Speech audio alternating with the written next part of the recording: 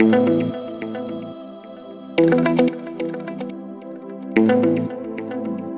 evening, everybody.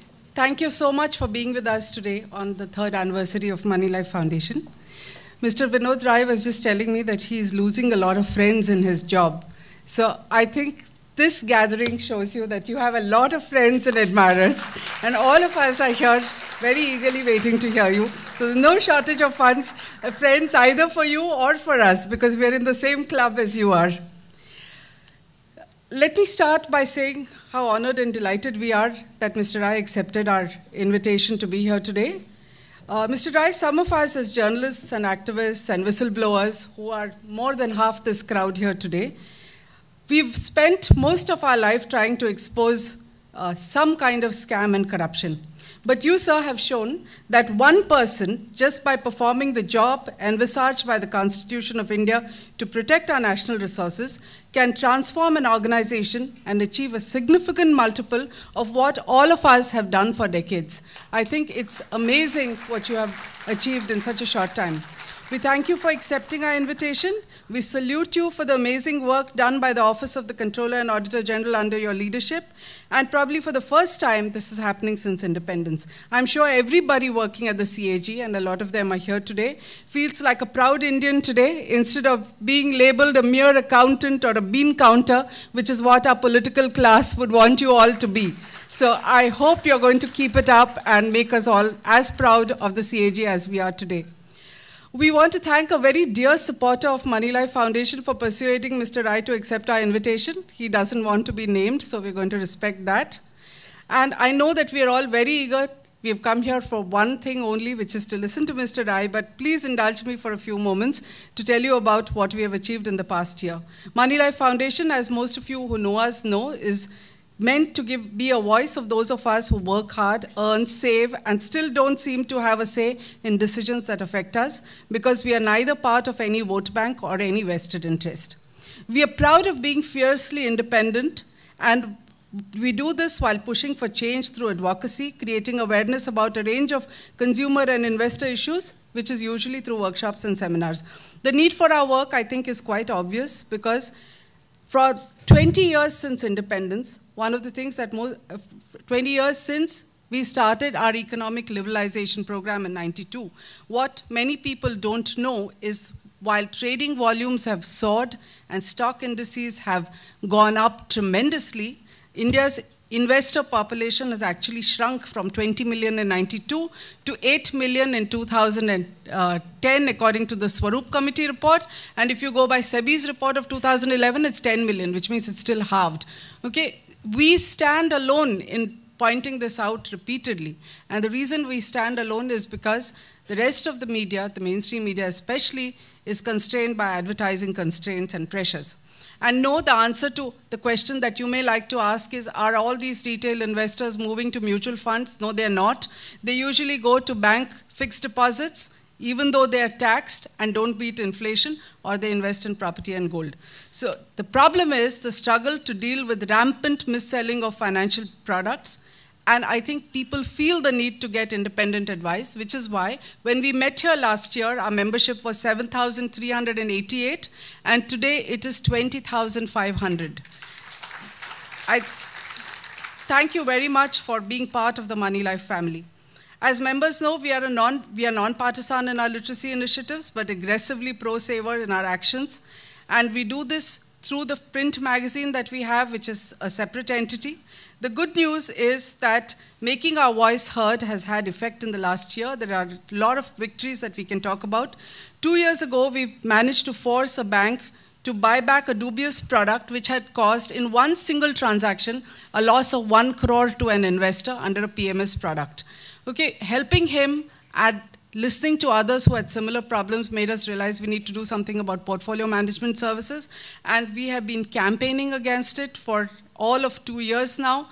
And we've had a major big breakthrough just last month when the Chief Information Commissioner ruled in our favor and said that information on the performance of portfolio management schemes will have to be uploaded on SEBI's website from April this year. Until then, people had to give 25 lakhs to PMS schemes without knowing what is the kind of return that is comparable in the industry. On insurance, we have campaigned hard, but it's again a long battle, not easy. However, a couple of weeks ago, we managed to get justice for a barely literate ticket collector from Sholapur called Inja Muri, who had been fraudulently missold 12 lakhs worth of insurance policies by Reliance Insurance.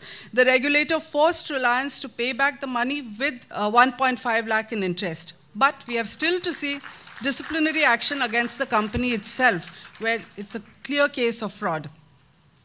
Two other areas where Moneylife has been chipping away are arbitrary regulations regarding mutual fund distribution and the tens of thousands of unregulated pyramid and Ponzi schemes. Even here, we are happy that we've been writing about Sahara, and SEBI just yesterday has frozen all the bank accounts connected with the Sahara group after a fantastic Supreme Court judgment in August last year.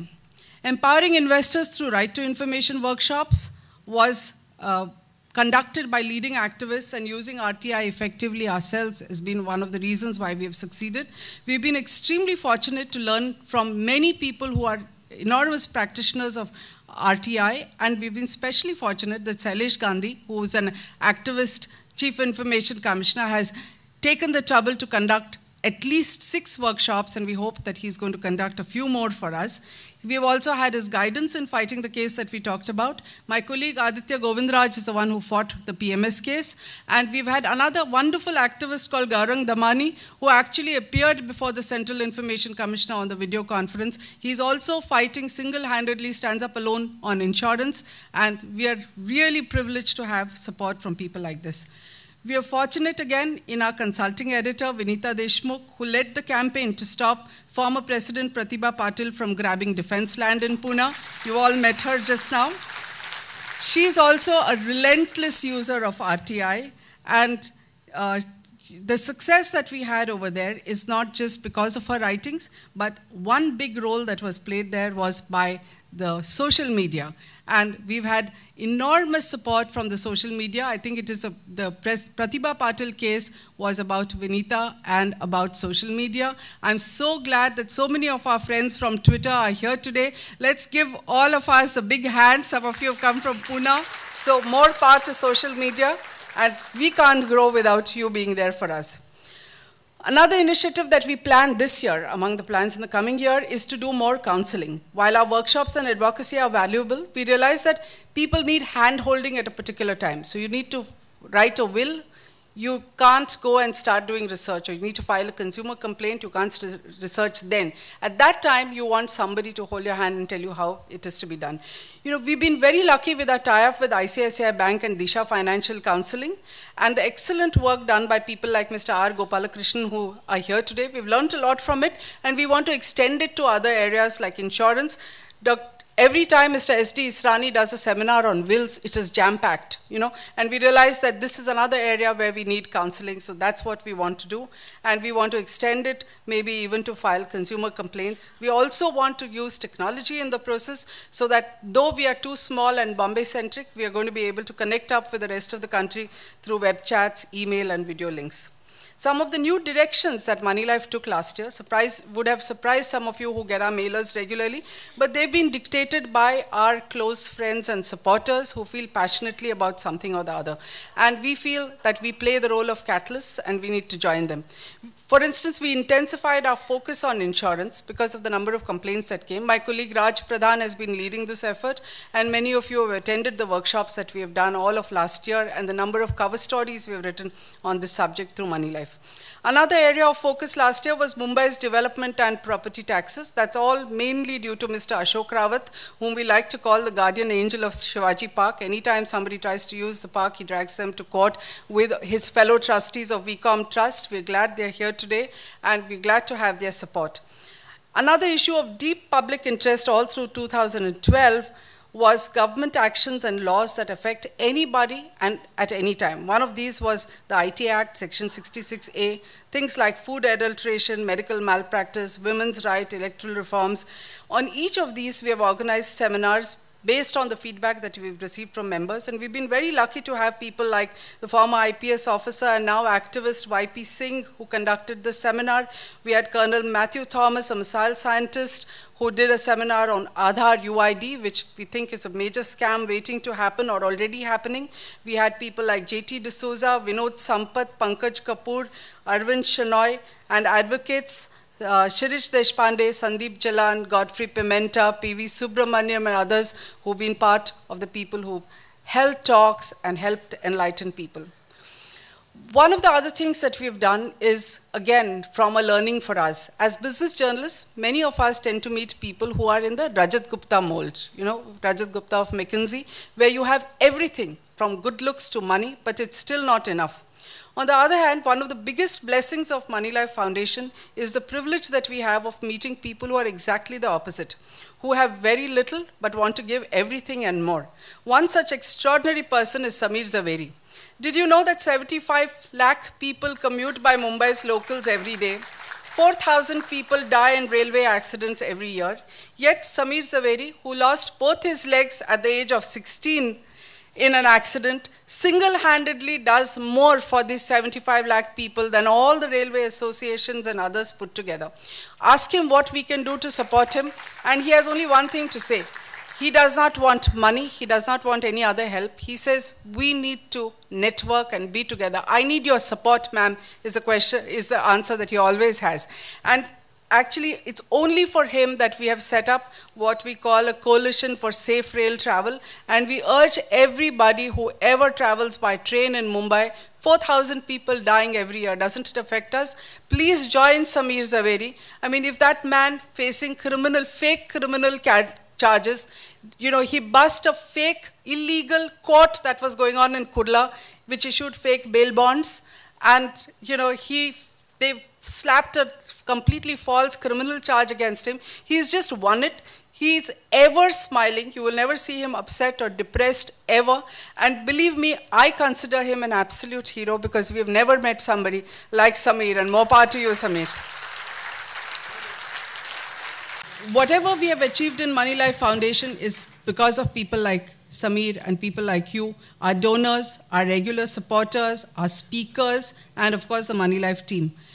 We are immensely grateful to every one of our supporters and delighted that so many of you are here today. Moneylife Foundation's workshop and our mission of being the voice of savers needs institutional support, but it is individual supporters that really boost our confidence because it shows that you come, you listen to what we are saying, you look at what we are doing, and you want to pass it forward so that others can benefit. And that, I think, is a big compliment to us.